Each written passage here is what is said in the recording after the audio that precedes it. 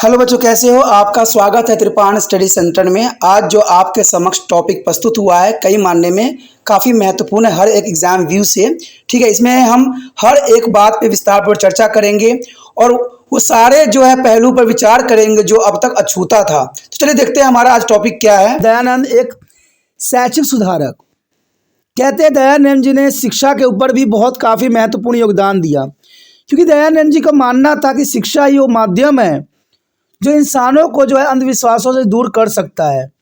लेकिन देखा जाए तो आज हम 21वीं शताब्दी में हैं, लेकिन यहाँ पर शिक्षा का स्तर दिन प्रतिदिन जो है गिरता चला जा रहा है। और शायद दयानंद सरस्वती जो है इन चीज़ों को देख के दुखी ही होंगे। कहते आप केवल समाज और धार्मिक सुधार ही नहीं थे, बल्कि उच्च कोटि के शैक्षिक सुधारक भी थे। समाज में धार्मिक और समाज सुधार के लिए शिक्षा को महत्वपूर्ण साधन मानते थे, क्योंकि शिक्षा ये साधन होती है जिसे अंधकार का जो है पर्दा हट सकती है। आपका विश्वास था कि केवल शिक्षा द्वारा ही अज्ञानता को नाश किया जा सकता है, यानी अज्ञानता को जो है दूर करने का सबसे उत्तम बात आपने मानी। अंधकार को दूर भगाने के लिए प्रकाश चाहिए, यानी देखा जाए तो अंधकार को जो है दूर भगाने के लिए प्रकाश चाहिए। और आपको स्वच्छकृति सत्यार्थ प्रकाश शिक्षा के प्रति विचारों एवं मानवता संबंधी विषयों पर बहुत ही सुंदर पिटारा है, जिसमें आपकी विद्वता की झलक दिखाई हमें देती है। वीर सावरकर द्वारा आपकी इस रचना को विश्व धर्मों के शब्दकोश थी, द इनसाइक्लोपीडियम्स ऑफ वर्ल्ड रिलीजियंस कहा, यानी देखा जाए तो ये काफ़ी महत्वपूर्ण थे शब्दकोश। आगे देखें वैदिक विद्या का प्रचार। आपने वैदिक विद्या के जन्म जन जन तक पहुंचाने का कार्य अपने हाथों में लिया, ताकि लोगों में अपनी प्राचीन संस्कृति के प्रति जागृति पैदा हो सके। आपको सामाजिक धार्मिक योजनाओं में वेदों की ओर चलो, यानी बैक टू बी अ वेदास का नारा उचित ही ठहराया। और यह आर्य समाज की आधारशिला का तीसरा मुख्य सिद्धांत है, जिसमें कहा गया वेदों को पढ़ाना सुनना सुनाना सभी आर्यों का परम कर्तव्य है, यानी वेदों का प्रचार आपका उत्तम कोटि की थी। उसके पश्चात आता है सच्ची शिक्षा संबंधी सिद्धांत। ये काफ़ी महत्वपूर्ण रहेगा कि दयानंद सरस्वती जी ने सच्ची शिक्षा संबंधी सिद्धांत को जो है माना। कहते औपचारिक दृष्टि से दयानंद कभी भी जो है शिक्षा शास्त्री नहीं रहे, यानी देखा जाए तो औपचारिक दृष्टि से दयानंद कभी भी शिक्षा शास्त्री नहीं थे, लेकिन उनकी दृष्टि में शिक्षा को उच्च स्थान प्राप्त था और शिक्षा को आप प्राथमिकता दिए करते थे, क्योंकि आपका विचार था कि शिक्षा ही मनुष्य में अज्ञानता को दूर कर सकता है। और आप शिक्षा दर्शन केवल उस शिक्षा को सच्ची शिक्षा मानते थे जो मनुष्य को मुक्ति दिलाने में सहायक हो सकता है। और देखा जाए तो आपका विचार उत्तम कोटि की थी, लेकिन आपको आज जान के बहुत ही दुख होगा कि आज के समय में शिक्षा को जो है बिल्कुल ही सतर गिरा दिया गया है। और ये कुछ नेताओं को अपनी चापलूसी सिद्ध करने के लिए कर रहे हैं। आज देखा जाए तो शिक्षा का स्तर बहुत ही गिर चुका है। आज सिर्फ बच्चे जो हैं पास होने के लिए पढ़ते हैं, ज्ञान हासिल करने के लिए कोई नहीं पढ़ता। और किसी को इस बात की जिज्ञासा नहीं है कि ये शिक्षा उनको एक अलग ही जो है रास्ता खोलेगा। सिर्फ सबको जो है आज शिक्षा सिर्फ चाहिए अपनी पोस्ट ग्रहण करने के लिए, पद ग्रहण करने के लिए। जब एक बार वो पद ग्रहण कर लेते हैं तो जिस गरीबी और जिस लाचारी से गुजर रखे होते हैं उसको त्याग के जो है अमीरी की जो आँख पे पर्दा चढ़ा लेते हैं। तो ये आज की समस्या है। कहते हैं मैंने ये बात इसलिए रखी क्योंकि आज दयानंद जी भी इस बात को समझते कि जो समय काल आपके समय था वही समय काल यहाँ पर आज भी है, जो बरकरार है। कहते हैं पहले के समय में अंग्रेज अपनी नीतियों के प्रमाण चढ़ाते थे, और आज यहाँ पर देखिए यहाँ पर बड़े नेता लोग, बड़े उद्योगपति अपने प्रमाण चढ़ा रहे हैं। आपने चरित्र निर्माण पर अधिक बल दिया, क्योंकि कहते हैं शिक्षा ही किसी व्यक्ति के चरित्र निर्माण पर जो है उत्तम बना सकता है। शिक्षा में अनुशासन के महत्व पर जोर दिया गया और आपको विश्वास था कि शैक्षिक इमारत को धन्य बनाने के लिए धर्म और नैतिकता अच्छी और सच्ची शिक्षा के दो आधारभूत स्तंभ होंगे। यानी देखा जाए तो धर्म और नैतिकता और सच्ची शिक्षा के दो आधारभूत स्तंभ हो सकते हैं। धर्म हमें अच्छी बातें दिखाता है और शिक्षा जो है गलत चीज़ों को भगाता है और सच्ची मार्गदर्शन कराता है। आपकी शिक्षा योजना में तपस्या पर भी बल दिया गया। तपस्या यानी सदाचारी, न कि भोगवादिता। आज के समाज देखिए भोगवादिता है, सदाचारिता नहीं है। आपको ये जान के बहुत दुख होगा कि आज जो किताब आपके द्वारा लिखी गई पढ़ पढ़ के लोग अच्छे कर्म नहीं करते हैं। आज सिर्फ उसको अपने जीवन में सार्थकता सिद्ध नहीं करते हैं, वो अपना सिर्फ जेब भरते हैं। और इनके उपदेश महानता वाली होती है, लेकिन कर्म इनका बिल्कुल ही गिरा हुआ होता है। तो आज के जो समय है वो भोगवादिता है, न कि सदाचारिता है। उन्होंने आनंद भोगा या दिखावे, कहते निजी स्वार्थों की पूर्ति और शोषण का विरोध किया। देखा जाए तो यहाँ पर दयानंद सरस्वती जी ने आनंद भोग या दिखावे और निजी स्वार्थों की पूर्ति में शोषण का विरोध किया। और आज त्रिपाण सेंटर भी इस बात को विरोध करता है कि किसी का शोषण नहीं होना चाहिए। और यहाँ पर देखें हम, दयानंद सरस्वती जी ने भी सेवा, कर्तव्य, सादगी पर काफ़ी जोर दिया। और यह सभी सिद्धांत हमारी प्राचीन संस्कृति के सिद्धांत हैं, जो हमारी अमूल्य निधि हैं। लेकिन देखा जाए तो आज हमारे भारतवर्ष में बड़े बड़े लोग सब हमारी संस्कृति को भूल चुके हैं और अपनी ही दुनिया में ये खो चुके हैं।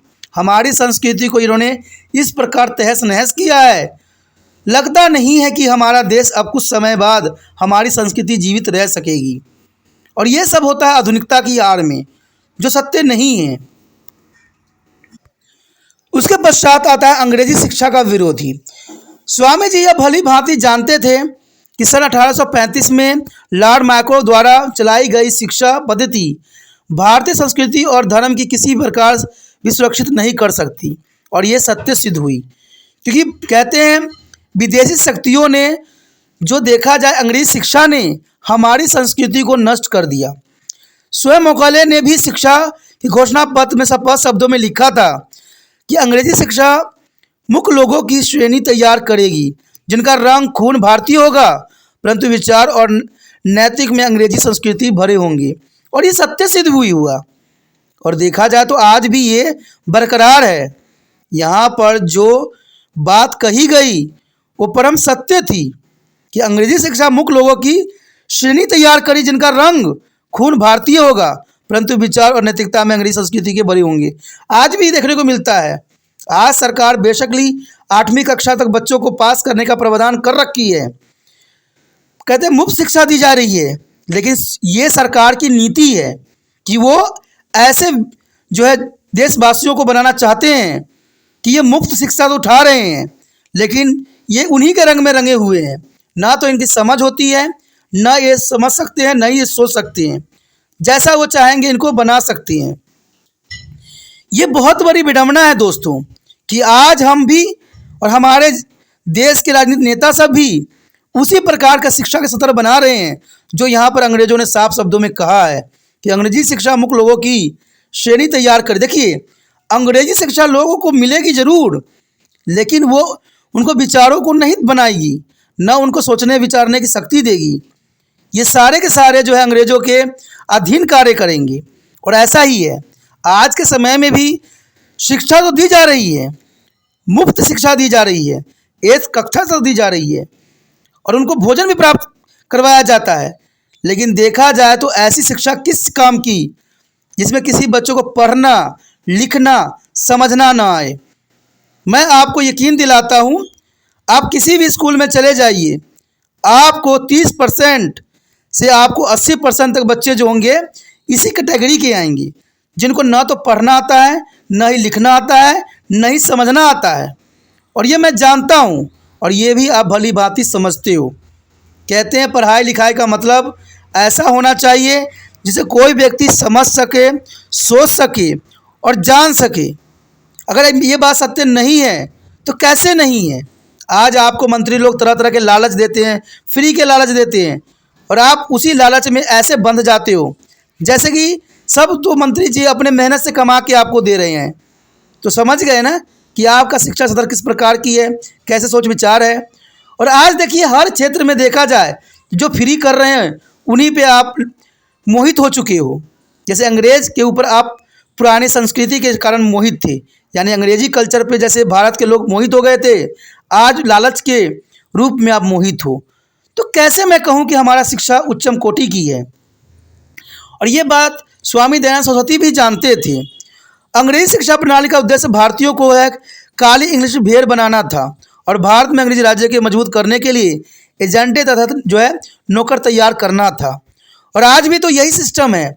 आज अनपढ़ ये लोग बना रहे हैं हमारे भारतीय बच्चों को, कहते हैं शिक्षा का स्तर कुछ ही बच्चों में है। और वो भी देखा जाए तो विदेश की तरफ ही अपनी नज़र करते हैं। जो पढ़े लिख लेते हैं उनका हमेशा जो है लक्ष्य रहता है विदेशों की ओर, और जितने बाकी रहते हैं कमाने वाले मेहनती वो बेचारे भारत में ही रह जाते हैं। तभी तो आज देखिए हमारे देश में मल्टीनेशनल कंपनियों को भारत में आमंत्रण किया जाता है।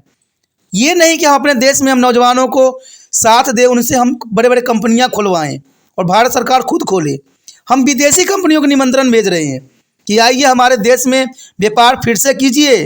और जैसे अंग्रेज यहाँ व्यापार करने के लिए आए थे और फिर से हमें जो है 250 साल की जो है गुलामी दीजिए। मैं तो यही बात हैरान रहता हूँ कि आज पढ़े लिखे राजनीतिक नेता क्या उसी विचारधारा का अनुसरण कर रहे हैं जो पहले के समय में राजा महाराजा किया करते थे। बहुत ही दुख की बात है। उसके पश्चात हमारे समक्ष आता है गुरुकुल शिक्षा प्रणाली। कहते स्वामी दयानंद जी ने आवासीय शिक्षा प्रणाली की सिफारिश की और इसके अनुसार शिक्षा और शिक्षार्थी को मध्य सचेतन संबंध स्थापित होते हैं। इसलिए स्वामी जी ने लोगों के समक्ष प्राचीन गुरुकुल शिक्षा प्रणाली के उदाहरण सामने रखा जो ब्रह्मचार्य पर आधारित थी। और ये शिक्षा पद्धति पुण्य स्वतंत्र और पुण्य शुद्धता पर आधारित थी। और इस उद्देश्य की पूर्ति हेतु आपने कई पाठशाला भी खोली।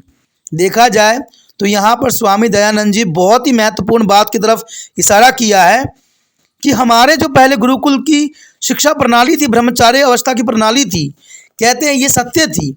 आज हमारे देश में देखिए बलात्कार हो रहे हैं, लड़कियों के साथ बुरा हो रहा है, तो कहीं ना कहीं हमारे अपने वेदों की तरफ से भटक जाने के कारण हुआ है। अगर बच्चों को हम ब्रह्मचार्य अवस्था की पाठ पढ़ाएं तो शायद ऐसे घटनाएं नहीं घटेगी, क्योंकि जर्नल सी बात है, शुद्धता ही जो शिक्षा का आधार है। शिक्षा वही है जहाँ पर शुद्धता है, और जहाँ शुद्धता नहीं है वहाँ शिक्षा नहीं है। आप उन लोगों को कैसे पढ़े लिखे समझ सकते हो जो दूसरे की बहू बेटियों पर नज़र डालते हैं, उनके साथ गलत करते हैं? वो व्यक्ति कभी शिक्षित हो ही नहीं सकता। और देखिए आज बड़े बड़े मंत्री के बच्चे, मंत्री लोग सब इन्हीं कारणों में लिप्त हैं। आए दिन नए नए इनके षड्यंत्र खुलते रहते हैं। तो क्या आप उनको शिक्षित मानोगे? मैं कदाचित इनको शिक्षित नहीं मानूंगा, क्योंकि शिक्षा जो है बुराइयों को दूर करता है, बुराइयां पैदा नहीं करता है। शिक्षा से हम ज्ञान को उज्जवल बनाते हैं, बुराई में नहीं धंसते हैं। और यही बात यहाँ पर जो है स्वामी दयानंद सरस्वती जी ने भी साफ शब्दों में कहा कि शुद्धता पर आधारित है, न कि अशुद्धता पे। जो शिक्षित व्यक्ति होगा ऐसा दुष्कर्म कभी भी नहीं करेगा, क्योंकि वो भी जानता है जैसे हम मनुष्य हैं वैसे वो भी मनुष्य हैं। किसी को तकलीफ देना कदाचित उचित नहीं है। कहते हैं दोस्तों, समय से पहले और समय से आगे कुछ भी नहीं चलना है। सब समय पे ही होता है और समय के साथ आपको चलने की आवश्यकता है। आगे जो आया है सभी के लिए शिक्षा। आप सभी को मुफ्त शिक्षा प्रदान करने की सहमति थे, यानी आपका विचारधारा आज 21वीं शताब्दी में भी अनुसरण हो रहा है। और आपको कहना था कि एक ऐसा राजकीय विधान होना चाहिए, किसी व्यक्ति को अपने 5 वर्ष के ऊपर पुत्र या पुत्री की स्कूल में प्रवेश दिलाना चाहिए। यानी लड़का लड़कियों को जो है सामान्य अधिकार देने की आप वकालत कर रहे थे। अधिक से अधिक 8 वर्ष तक बच्चे को घर में रखने का अधिकार हो और उसके पश्चात उसे स्कूल भेज दिया जाना चाहिए। जो माता पिता इस आज्ञा का उल्लंघन करे उन्हें राज्य द्वारा दंड दिया जाना चाहिए। और ये बहुत महत्वपूर्ण बात आपने अनुसरण करवाया। रंग भेद, लिंग और जात पात के भेदभाव मिटाकर सभी को शिक्षा के द्वार खोलने के पक्ष में थे। और यहाँ तक कि क्षुद्र और महिलाओं को भी शिक्षा प्रवेश की अनुमति चाहते थे। आपने उन्हें महानतम शैक्षिक प्रदान किया, वेदों का अध्ययन, वैदिक अध्ययन उन दिनों अनसुनी बातें थी जो आपने सभी लोगों में जो है अनुष्ठान किया। तो देखा जाए स्वामी विवेक यहाँ पर दयानंद जी ने काफ़ी महत्वपूर्ण बात का अनुसरण किया। स्वामी दयानंद बताया कि सभी को शिक्षा का प्रावधान होना चाहिए और जो माता पिता बच्चों को शिक्षा देने के लिए मना करते हैं उन पर जो है कानूनी कार्रवाई करना चाहिए। ये अच्छी बात है, लेकिन अगर जहाँ पर शिक्षा ग्रहण की जाती है, जहाँ शिक्षा दी जाती है, अगर वहीं की अगर कमजोरी हुई तो हम किसको गलती ठहराएंगे?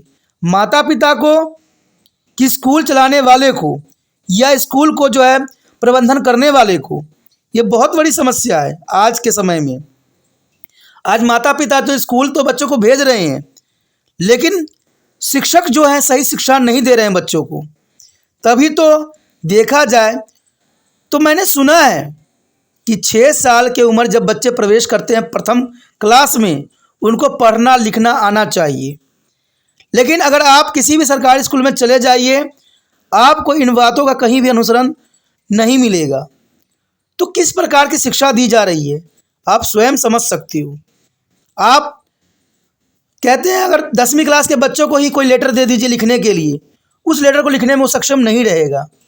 तो शिक्षा किस प्रकार की दी जा रही है, ये बहुत बड़ा प्रश्न है। और शायद यहाँ पर स्वामी दयानंद जी होते तो वे भी यही प्रश्न करते। आगे हमारे समक्ष है स्त्री शिक्षा। आप स्त्री शिक्षा के महान पक्षधर थे। आपने अनुभव किया कि भारत तब तक उन्नति नहीं कर सकता है जब तक देश की आधी महिला जनसंख्या अज्ञानता, निरक्षरता, गुलामी और असमानता के गड्ढे में पड़ी रही। इसलिए आप स्त्री शिक्षा के महान पक्षधर थे और उन्हें वो वेदों के अध्ययन करने की अनुमति भी दी गई, जो उस समय क्रांतिकारी कदम था। परंतु स्वामी जी की शिक्षा पद्धति में यह सह शिक्षा के कोई स्थान नहीं था। आपने लड़कों एवं लड़कियों को शिक्षण संस्थाओं में कम से कम 3 मील की दूरी बनाए रखने की सिफारिश भी की, और ये काफ़ी महत्वपूर्ण बात था। आगे की तरफ अगर हम ध्यान दें तो पश्चिम शिक्षा और तकनीकी ज्ञान पर भी बल दिया गया। कुछ विद्वानों द्वारा यह तर्क प्रस्तुत किया गया कि स्वामी दयानंद जी ने अंधविश्वासी और परंपरा शिक्षा पद्धति का प्रचार कर रहे हैं, जिसके अंतर्गत छात्रों को प्राचीन संस्कृति और व्याकरण ही पढ़ाया जाएगी, जो वर्तमान तत्कालीन युग के अनुसार उचित नहीं है। ये देखिए कहीं ना कहीं उन लोगों की गलत सोच ही थी, क्योंकि अगर हम देखें पुरातन समय में इतनी ज्ञान की भंडार है जिसका हम अनुमान नहीं लगा सकते। आज अगर किसी व्यक्ति से कहोगे कि आप बूढ़ा हो गए हो, क्या आप दोबारा यौवन प्राप्त कर सकोगे, तो दूसरा व्यक्ति कहेगा मैं कभी भी प्राप्त नहीं कर सकूंगा। अगर यही बात चमन ऋषि ने सोचा होता तो बुढ़ापे के बाद वो अपने आप को जो है दोबारा यौवन को प्राप्त नहीं करता। तो हमारे वेदों, हमारे इतिहासों में हर एक ज्ञान की पूरी जानकारी है, जिसके बारे में आज मनुष्य अनभिज्ञ है। आप सोचिएगा कि IVMF जो है आज के ज़माने का देन है, लेकिन मैं आपको बता दूं कि ऐसा नहीं है। पुराने समय में भी ऋषि मुनियों ने घरे में जो है IVF किया था। और आप ये सोचते होंगे कि कौरव के 1000 पुत्र किस प्रकार जन्म ले लिए होंगे एक साथ। तो सोचिए, विचार कीजिए और मुझे कमेंट करके ज़रूर बताइए कि क्या पुरातन समय में IVF था या आज की IVF देन है। मुझे अगर आप सच्चे भारतीय हो और इस बात का आपको ज्ञान है कि पुरातन समय में IVF था या आज के समय की देन है, तो आप कमेंट जरूर करोगे। आगे देखा जाए तो ये बात सभी विचारधाराओं ने गलत प्रस्तुत किया कि हमारे संस्कृति को तो अंधविश्वास की तरफ ले जाया जा रहा है, लेकिन स्वामी दयानंद सरस्वती जी वो चीज़ को दिखाना चाहते थे जो यहाँ के लोग आँख होते हुए भी नहीं देखना चाहते थे। हमारी संस्कृति पुराण वैदिक में काफ़ी कुछ छुपी हुई है, और सच्चाई यह है कि स्वामी जी ने वैदिक अध्ययन के साथ साथ पश्चिमी शिक्षा और तकनीकी ज्ञान पर भी बल दिया। ये नहीं कि उन्होंने अपनी ज्ञान को सर्वोच्च समझा। कहते हैं दूसरे का ज्ञान भी काफ़ी महत्वपूर्ण रहता है। उन्होंने देशवासियों को ज्ञान प्राप्ति के लिए विदेश में जाकर अध्ययन करने के लिए भी कहा, क्योंकि देखा जाए जब यहाँ के विद्यार्थी विदेश में गए और जब उन्होंने अंग्रेजी का अध्ययन किया, तब उनको समझ में आई कि ऐसे बहुत से क्रांति हो चुके हैं जिसमें अंग्रेज़ों को मुँह की खानी पड़ी थी। उसमें अमेरिका की क्रांति भी सम्मिलित था। तब जाके वहाँ के नौजवानों को भारत को आज़ाद कराने के लिए एक साहस मिला, वो भी ऐसे समय में जब धार्मिक अंधमत के कारण हिंदुओं द्वारा समुद्र की यात्रा करना अपराध और पाप समझा जाता था, कि हिंदू लोग भारत में ये समझते थे कि समुद्र की यात्रा करना अपराध है और पाप है। कहते हैं जो व्यक्ति समुद्री यात्रा करके आते थे या सुदूर देशों में जाते थे, उनका सामाजिक उस समय बहिष्कार किया जाता था कि इन्होंने समुद्र को लांघ के पाप किया है। आप इस प्रथा के पूर्णतः विरोधी थे और आपका मत था कि अधिक से अधिक भाषा सिखाना उत्तम विद्वानों की पहचान है, जो काफ़ी महत्वपूर्ण है। उसके पश्चात हमारे समक्ष आता है राजनीतिक क्षेत्र में स्वामी दयानंद जी की भूमिका। आपने अपने आपके केवल धार्मिक सामाजिक सही सुधार का तक ही सीमित न रखा, बल्कि आप देशवासियों में राजनीतिक चेतना के भी मंत्र फूका। आपका मत था कि कोई भी देश विदेशी नींव पर राष्ट्रीय भवन नहीं खड़ा कर सकता, इसलिए आपने देशवासियों में वेदों की ओर चलो और विदेशी सत्ता को तोड़ दो आदि घोषित जन जन में जागृत किया। आपने कहा कि स्वराज हमेशा स्वच्छता होता है और आप पहले महान व्यक्ति थे जिन्होंने भारत के लिए यह नारा बुलंद किया कि राष्ट्रीय एकता लाने के लिए स्वामी ने सभी भारतीयों की हिंदी राष्ट्रीय भाषा के रूप में अपनाने पर बल दिया। यानी आपने भारत को भारतीयों के लिए नारा बुलंद किया और भारत को जो है भारतीय भाषा के रूप में अपनाने पर आपने बहुत ही बल दिया। उसके पश्चात है राजनीतिक क्षेत्र में स्वामी दयानंद जी की भूमिका।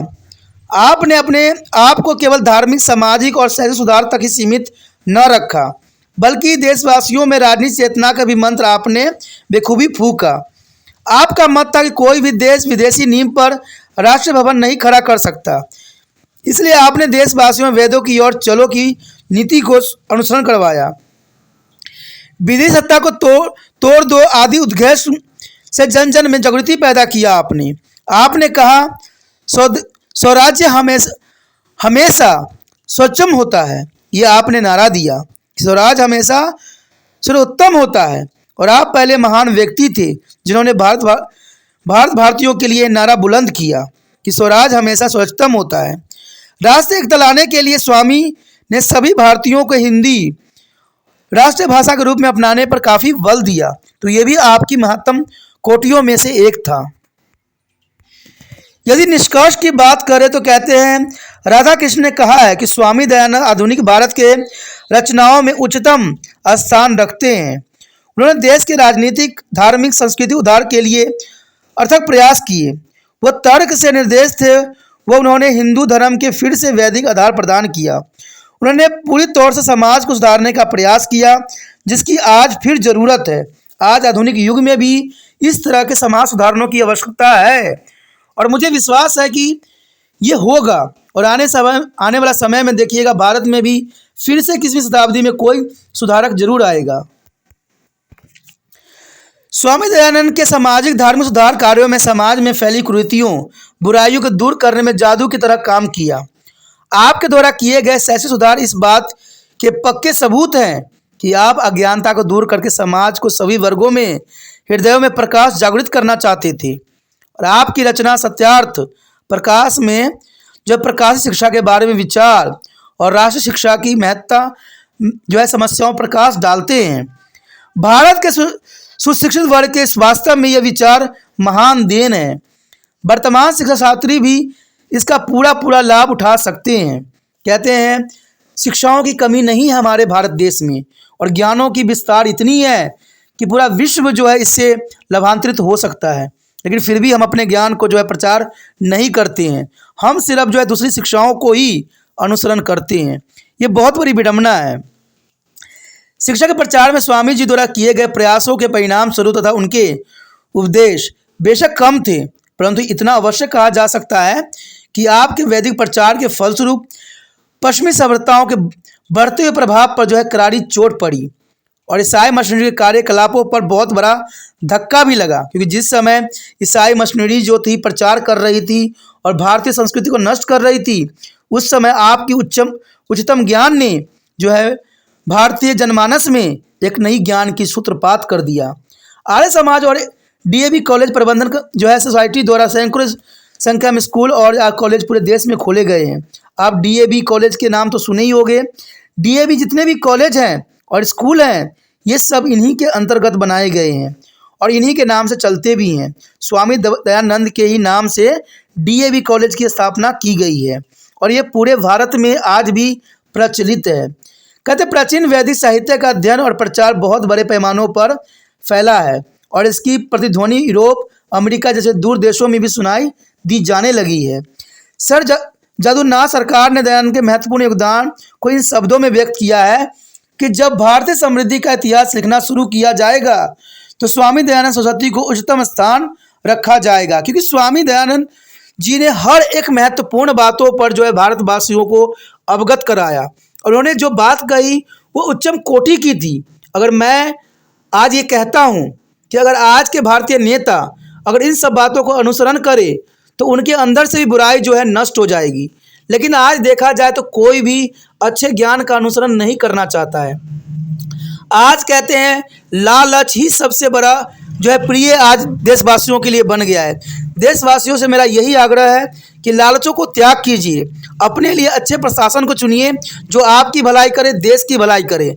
ऐसे लोगों को न चुनिए जो देश को बर्बाद करने में अग्रसर हो। और यही मंत्र दयानंद जी के भी थे जो कि काफ़ी महत्वपूर्ण थे। अगर आपको ये वीडियो समझ में आई, अच्छा लगा, अगर आप दिल से त्रिपाण सेंटर की मदद करना चाहते हो तो जितना हो सके दोस्तों इस वीडियो को शेयर कीजिए और शेयर कीजिएगा, तभी जो है ये ज्ञान दूसरे बच्चे तक पहुंचेगा और शायद दयानंद जी की बातों जो यहाँ पर बताई गई है वो सार्थक सिद्ध हो, क्योंकि जब तक हर बच्चों तक ये पहुँचेगा नहीं ये ज्ञान अधूरा ही रह जाएगा। क्योंकि कहते हैं दूसरे तक ही ज्ञान पहुँचाना दयानंद जी की प्राथमिकता थी और ये कार्य त्रिपाण सेंटर भी करता है कि जितना हो सके अच्छे ज्ञान दूसरे बच्चे तक पहुँचे और आप जो है किसी लोग से बेवकूफ़ न बन सको। आज बेवकूफ़ बनाने वाले की कमी नहीं है दोस्तों, आज हर कदम पे आपको जो है लूटने वालों की कमी नहीं है। इसलिए ज्ञान हर बच्चों तक पहुंचना चाहिए और इसके लिए आपको कुछ नहीं करना है, यूट्यूब से लिंक को कॉपी करना है और वर्चुअल एड्रेस पर लगा देना है। पहली बार मेरे चैनल पे आ रहे हो, पहली बार वीडियो देख रहे हो, अगर आपको और वीडियो प्राप्त करना है, क्योंकि आगे का टॉपिक हमारे समाज का आंदोलन और उदय के बारे में रहेगा, ये काफ़ी महत्वपूर्ण रहेगा, ठीक है। तो जितना हो सके इस वीडियो को जो है आपने जो है शेयर करना है। और सबसे महत्वपूर्ण बात, पहली बार मेरे चैनल पे आए हो तो जनरल सी बात है, चैनल को सब्सक्राइब करके अपने मोबाइल में सेव कर लीजिए। अगर सेव नहीं कीजिएगा तो आने वाला समय में जो वीडियो मैं डालूंगा वो शायद प्राप्त नहीं हो पाए। तो इससे अच्छा है चैनल को सब्सक्राइब कीजिए और अपने मोबाइल में जो है त्रिपाण स्टडी सेंटर को सेव कीजिए।